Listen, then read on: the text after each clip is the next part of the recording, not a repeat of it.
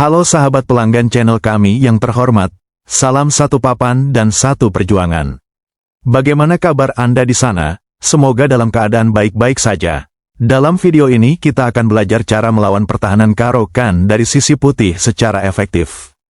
Kita juga akan melihat bagaimana posisi bisa bertransposisi ke berbagai varian Caro-Kann, sehingga Anda tidak hanya hafal langkah, tetapi juga memahami idenya. Kita mulai dari langkah dasar, putih membuka dengan bidak E4. Lalu hitam merespon dengan bidak C6, yang kita kenal sebagai pertahanan Caro-Kann. Berikutnya kita dorong D4. Pembukaan ini terkenal sangat solid. Hitam biasanya mempersiapkan dorongan D5, untuk menantang struktur putih dengan cara yang lebih stabil. Namun disinilah menariknya, sebagai putih, kita tidak harus selalu bermain pasif. Justru kita bisa mengambil inisiatif sejak awal dan memaksa hitam keluar dari zona nyaman. Varian utama di posisi ini biasanya putih mendorong bidak tengah, lalu hitam mengembangkan gajah ke F5, ini memang jalur klasik dari pertahanan Caro-Kann. Namun hampir kebanyakan pemain hanya menghafal varian utama, tanpa benar-benar memahami varian lain dari opening tersebut. Dalam pengalaman saya, menerima pertukaran di pusat, juga varian kedua di mana hitam harus benar-benar mempelajarinya, dan tidak boleh mengabaikannya. Karena setelah itu kita bisa bermain lebih terbuka, yakni bidak C4, adalah ide yang sangat menarik, dan kebanyakan pemain menengah sering salah menilai. Karena posisi berubah menjadi semi terbuka, bahkan kadang menyerupai struktur seperti Queen's Gambit. Biasanya hitam akan melanjutkan dengan kuda F6, dan putih mengembangkan kuda ke C3. Sampai di sini posisi terlihat normal, namun kesalahan sering terjadi ketika hitam langsung mengembangkan gajah ke F5, dengan alasan klasik, takut gajah terkurung jika bermain E6 terlebih dahulu. Bila perlu posisi ini Anda screenshot, nanti kita akan berikan posisi-posisi lain ketika gajah F5 blunder besar. Ketika lawan blunder, maka Anda harus benar-benar paham idenya dan menghukum lawan. Langkah ini terlihat logis, padahal justru langkah ini bisa menjadi awal kehancuran. Di posisi ini, putih sebenarnya sudah memiliki peluang besar untuk mengakhiri permainan lebih cepat. Dan ini penting, jangan tergoda memainkan langkah normal seperti kuda F3, baik gajah F4. Karena walaupun terlihat logis, langkah itu justru melewatkan kesempatan emas. Kunci dari posisi ini ada pada kelemahan bidak di B7 dan D5. Mohon diperhatikan dengan seksama. Putih sudah selangkah lebih cepat dalam perkembangan dan tekanan, sehingga langkah yang kuat di sini adalah ratu ke B3. Langkah ini bukan sekadar aktif, tetapi langsung menekan dua titik lemah sekaligus, dan dalam banyak kasus, hitam kesulitan mempertahankan struktur. Sekarang apapun respon hitam hasilnya tetap sama. Pertama, bila hitam ingin memperlambat proses, lebih cenderung ia menangkap bidak sambil menekan ratu. Maka Anda juga cukup menangkapnya dengan gajah, di saat yang sama menekan dua titik kelemahan hitam. Sehingga hitam dipaksa dorong bidak E6, maka kita tangkap bidak lemah hitam sambil menekan benteng. Langkah terpaksa kuda hitam loncat di D7, memberi perlindungan pada benteng. Langkah berikutnya yakni gajah F4, situasinya semakin rumit. Dalam beberapa kasus hitam sering memilih perkembangan gajah E7, setelah itu kita terus memaksa keadaan yaitu gajah C7, setelah terpaksa ratu ini pindah di C8, lalu disusul gajah H6. Dan bila sampai di posisi ini sahabat, saya mungkin tidak jelaskan bagaimana cara mengeksekusinya, namun ini sudah peluang besar untuk mencapai kemenangan, karena apapun yang terjadi hitam wajib kalah material dan kehilangan inisiatif. Sekarang mari kita pisahkan. Skenario yang kedua, bila hitam mungkin kita anggap bermain transisi, maka hanya ada satu langkah tepat, yakni bidak A5, tujuannya memberi ruang bagi benteng dan kontrol kotak A6. Sebaliknya Anda jangan memaksa keadaan membawa gajah di C7, atau ingin memaksakan tekanan hebat, sementara posisinya belum mengizinkan. Anda kembangkan perwira seperti kuda E2, hitam kembangkan gajah di B4, lalu rokade di sayap raja, dan begitu juga dengan hitam rokade. Sampai di posisi ini masalahnya sekarang selain Anda unggul satu pion, dalam fase middle game, Anda cukup bermain tenang tanpa memaksa keadaan membawa permainan ke ending dan bermain di sayap ratu. Kesalahan pemula, mereka itu sering memaksa untuk menciptakan serangan hebat, dan ingin buru-buru menang cepat. Perlu kami ingatkan, itu adalah salah, ubah cara main Anda mulai dari sekarang. No way, jadi ingat posisi ini, bila ketemu silahkan hukum lawan, tapi idenya harus benar-benar paham. Bila kita tarik sedikit ke belakang, di posisi ini, hitam paham bahwa kembangkan gajah di F5, blunder mengikuti gelombang pertahanan carokan. Ada 3 skenario di sini. Bila hitam dorong bidak E6, Anda hanya bermain biasa kembangkan gajah baik kuda dan rokade di sayap raja. Pilihan yang lebih kuat, hitam kembangkan kuda di C6, dan kita kembangkan kuda F3, seperti biasanya. Bila di sini hitam memainkan gajah di G4, sambil memaku kuda, masih sesuai jalan teori, dan setelah itu putih kembangkan gajah E3, menopang bidak tengah.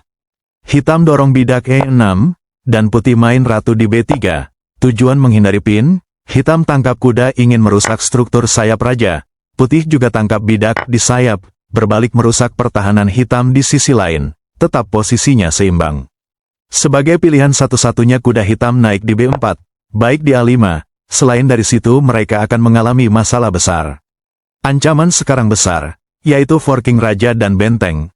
Abaikan aja ancaman itu, segera tangkap gajah, kuda hitam loncat di C7, Royal Fork, raja naik hindari ancaman terlebih dahulu, hitam tangkap benteng. Sampai di posisi ini, jangan terburu-buru segera berniat ambil kuda milik hitam atau memainkan gajah mengancam kuda. Itu kesalahan besar karena hitam dapat memainkan benteng G8, yang sekaligus menyerang ratu di mana bidak B2. Sangat lemah harus diperhatikan lebih bijaksana, jangan Anda hanya fokus dengan langkah sendiri, perhatikan kemungkinan lain dari lawan. Langkah penting yaitu kamu tangkap bidak tengah, tujuannya sambil membuka jalan gajah, disinilah adu intelektual itu yang sebenarnya. Dan dalam beberapa kasus yang sudah saya alami, sering sekali lawan sering keliru di posisi ini. Langkah terbaik dari warna kulit hitam hanya ada satu, yaitu gajah E7, dan ini sangat bertentangan dengan logika manusia, karena setelah itu putih dapat melanjutkan gajah B5 cek. Setelah itu raja wajib pindah ke F8, lalu putih tangkap kuda, perlu Anda ketahui posisi ini masih imbang. Namun dalam praktik, belum sampai di posisi ini salah satu pihak, sudah melakukan langkah blunder karena tidak mungkin mereka melakukan langkah sempurna terkecuali hanya komputer. No way. Bila kita tarik sedikit ke belakang, dalam beberapa kasus, terkadang hitam tergoda menangkap bidak tengah ini, dan ini adalah sebuah keputusan blunder besar, karena itu putih lancarkan rencananya yakni gajah B5 cek. Setelah terpaksa diblok pakai kuda, lalu putih lanjutkan pertukaran gajah dengan kuda, dan benteng hitam jatuh tanpa kompensasi apa-apa, selain kuda di A1, juga sangat rawan. No way, bahkan bila kita coba di sini hitam manuver kuda di D7, baik benteng ke B8, mengancam ratu tetap jawaban kita gajah B5 cek. Perjalanan yang sama bila hitam mencoba aktifkan gajah di E7. Mungkin pelanggan channel ini sudah mengerti maksud dan tujuan saya. Pilihan alternatif bagi hitam yaitu benteng C8, hindari kemungkinan terjadi benteng itu gugur tanpa perlawanan. Jalan terburu-buru untuk menangkap kuda ini, karena itu sudah seperti tabungan masa depan, Anda menambah tekanan lewat gajah F5. Setelah hitam memainkan gajah E7, maka disinilah waktunya tangkap kuda milik hitam. Masalahnya sekarang sahabat, hitam tidak bisa mengamankan raja, karena dia harus memikirkan kuda yang lagi gantung di D7. Apapun yang akan terjadi kuda ini akan dieliminasi, tanpa bisa dibendung. Sekarang saya berikan pemahaman posisi tambahan, agar sahabat lebih mudah memahami ide di balik posisi. Misalnya di langkah pertama kita bukan memainkan bidak E5, namun memainkan bidak D4, yakni gambit menteri, hitam merespon bidak C6.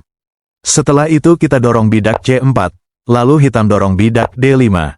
Kuda dikembangkan seperti biasa, kuda hitam naik di F6, masih tergolong langkah normal. Setelah putih aktifkan kuda F3, bila kita lihat posisinya bentuknya sama, disinilah terkadang apa yang saya sampaikan memahami posisi itu sangat penting. Kita juga bisa mengandalkan logika 70%. Namun di balik posisi tertentu, terkadang kita harus melawan logika. Misalnya masalah yang sama muncul setelah hitam aktifkan gajah di F5, ingin bermain aktif, tujuannya untuk mencegah gajah putih berkembang lewat kotak D3. Walaupun langkah ini menurut evaluasi engine, aman-aman saja, hanya saja langkah ini sekarang sedikit menguntungkan bagi putih, bila bisa memanfaatkan peluang kecil itu. Maka kembali dengan konsep yang sama. Bila Anda paham ide di balik yang saya sampaikan sebelumnya, bidak B7 dan B5 tergolong lemah, maka Anda bisa memanfaatkan peluang tersebut. Maka sudah bisa lancarkan serangan dimulai pertukaran bidak di pusat, lalu diikutin ratu B3, transposisi seperti sebelumnya. Kebanyakan pemain hitam mengatasi masalah ini. Ratu B6 menawarkan pertukaran masih pilihan yang sangat kuat. Putih lanjut pertukaran kuda di tengah, emang sedikit menegangkan setelah hitam Ratu B4 cek.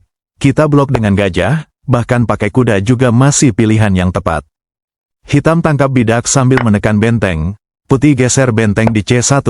Posisi ini sedikit menguntungkan bagi putih bila dimainkan dengan orang yang tepat, yang selalu memikirkan fase ending, bukan untuk meraih kemenangan cepat. No way, penjelasan yang ketiga transposisi juga terjadi, bila langkah awal hitam memainkan bidak D5, dan setelah itu putih menawarkan gambit, hitam kemudian menolak dan memilih bidak C6. Dan setelah itu putih main seperti biasanya kuda dikembangkan di C3, kuda hitam loncat di F6, lalu diikutin kuda F3, lalu setelah itu gajah milik hitam keluar lewat F5. Posisinya sama seperti yang kita bicarakan untuk yang ketiga kalinya, karena ide itu sudah Anda pelajari lewat channel Chess Legends Arena. Maka Anda sekarang sudah siap pertukaran di tengah, lalu diikutin Ratu B3, menekan dua titik lemah hitam sekaligus. Tentunya setelah Anda tadi belajar di fase pertama transposisinya, di fase yang ketiga ini pasti Anda sudah benar-benar paham apa yang Anda harus lakukan. Ini adalah cara paling efektif meningkatkan permainan dari level menengah, hingga mencapai internasional, dan hanya ditemukan di channel Chess Legends Arena. No way, sekarang kita coba pendekatan lain di mana di posisi ini, hitam menangkap bidak tengah pakai kuda. Tetap jawabannya Ratu B3, kunci untuk mencapai kemenangan. Hitam biasanya akan memperlambat proses pertukaran kuda di C3, lalu setelah itu Ratu dikembangkan di C7, sambil menopang bidak tersebut. Sasaran kita sekarang ada di B7. Maka Anda sudah siap kembangkan gajah lewat F4, sebagai pilihan terbaik hitam mundur di C8. Dan berikutnya seperti yang saya sampaikan sebelumnya, bila tidak ada jalan untuk menambah tekanan, maka Anda fokus mengembangkan perwira dan membawa permainan ke fase ending seperti bidak G3. Hitam dorong bidak E6, lalu gajah G2, terlihat posisinya imbang, namun perlu Anda ketahui di sini putih unggul 75%, dalam artinya bila posisi ini sampai ke ending, maka putih akan menang, begitu cara berpikirnya dengan benar. Mungkin saya hanya membantu sebagai jembatan, bukan sebagai landasan, semuanya kembali dengan cara Anda, memahami penjelasan ide yang kami sampaikan. Oleh karena itu pelanggan kami yang terhormat, dan yang kami cintai, kami mohon maaf bila ada kata-kata yang menyinggung sahabat secara tidak sengaja.